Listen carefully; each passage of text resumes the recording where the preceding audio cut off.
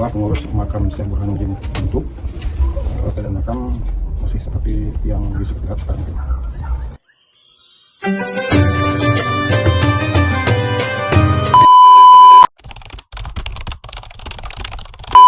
Jadi Syekh Burhanuddin ini dikenal masyarakat sebagai pembawa ajaran Islam pertama, boleh dikatakan di Sumatera, bahkan mungkin di Indonesia. Menyebut kedatangannya sekitar tahun 1111. Datang mulai masuk dari Kota Tinggi, dari pinggiran sebuah kerja kecil. Nanti baru setelah diterima masyarakat, perlahan-lahan pengaruhnya ini menyebar masuk ke daerah yang lebih besar, yaitu daerah Muaratakus yang pada waktu itu pusat keramaian, pusat kelompok yang lebih besar. Kenapa di Kuntu lagi?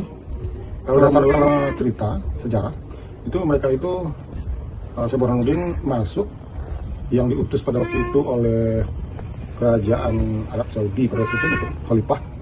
Dia masuk melalui Selat Malaka di ujung Sumatera. Lalu mereka berlayar, Syekh Burhanuddin menelusuri pinggir Sumatera, Pulau Sumatera, mencari kelompok-kelompok kehidupan daerah yang pada waktu itu daerah Gunung Sahilan sekarang itu dikabarkan itu merupakan muara Sungai Subayang atau Ampak Kiri. Dari situ sampai di muara sungai, beliau masuk ke dalam, tidak jauh karena ada informasi di dalam ada sebuah kerajaan, yaitu kerajaan Kota Tinggi. Makanya beliau sampailah ke kerajaan Kota Tinggi yang sekarang dikenal dengan Kuntu. Jadi beliau sampai di sini, beliau tentu terlalu mempelajari budaya, karakter penduduk sini. Jelas pada awalnya itu yang mungkin beliau garis bawahi bahwa di sini sudah ada kepercayaan terhadap Tuhan. Cuman masyarakat itu belum ada tuntunan, ya, sehingga mereka masih mempercayai yang kita kenal dengan animisme, dengan roh-roh, terhadap roh dan kesaktian benda. Maka dengan mudah waktu itu Syekh Burhanuddin memperkenalkan ajaran Islam kepada masyarakat, sehingga ajaran Islam itu dapat dengan mudah diterima oleh masyarakat. Sehingga Syekh Burhanuddin mengembangkan Islam boleh dikatakan tidak mengalami kesulitan atau penolakan dari masyarakat. Dia bergabung dengan masyarakat Kota Tinggi atau Kuntu, lalu ikut dalam struktur dan cara masyarakat di Kuntu, artinya ada istiadat.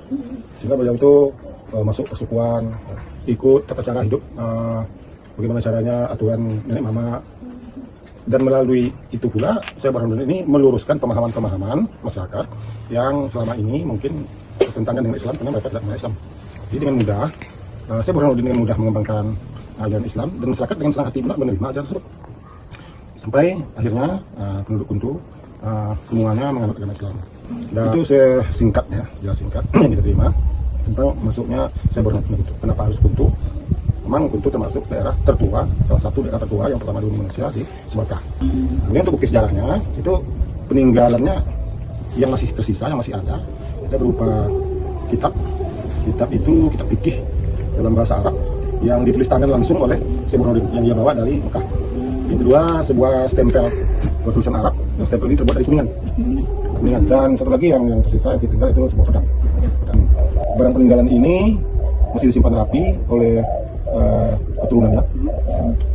Kalau pedang dan stempel, kalau pedangnya itu disimpan oleh keturunan Syekh Burhanuddin ini pihak kemenakannya.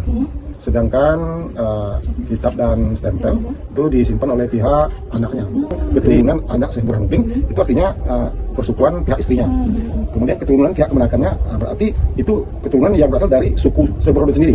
Keadaan beliau, sekali lagi, beliau boleh dikatakan tidak mengalami kendala yang berarti dan masyarakat pun tidak menunjukkan keberatan dengan kedatangan beliau. Dan juga pengembangan agama di sini bersama Syekh Burhanuddin pada waktu itu juga tidak dipengaruhi oleh unsur politik. Apakah makamnya itu Pak pernah dipindah atau rusak karena banjir misalnya? Dipindah tentu tidak pernah. Cuman dulu makam itu pernah ditinggal sehingga sekitar makamnya itu sudah jadi hutan lebat. Ya, makam itu berada di tengah hutan. Tapi selalu aja dikunjungi oleh peziarah, terutama dari desa ini. Tertinggalnya di dalam hutan itu pengaruh alam.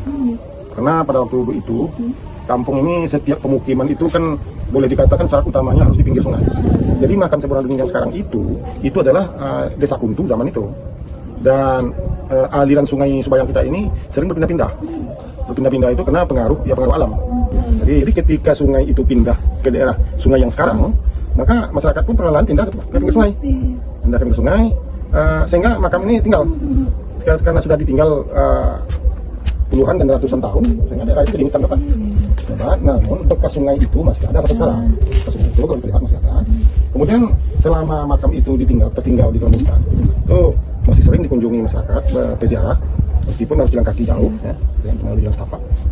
Dan pada akhirnya dengan perkembangan masyarakat di Desa Kuntu yang semakin banyak, ya, ramai penduduk, akhirnya pemukiman sampai lagi ke makam sekarang, sehingga makam pun akhirnya di dalam kampung lagi. Mungkin itu aja, ya, jelas tentang sejarah.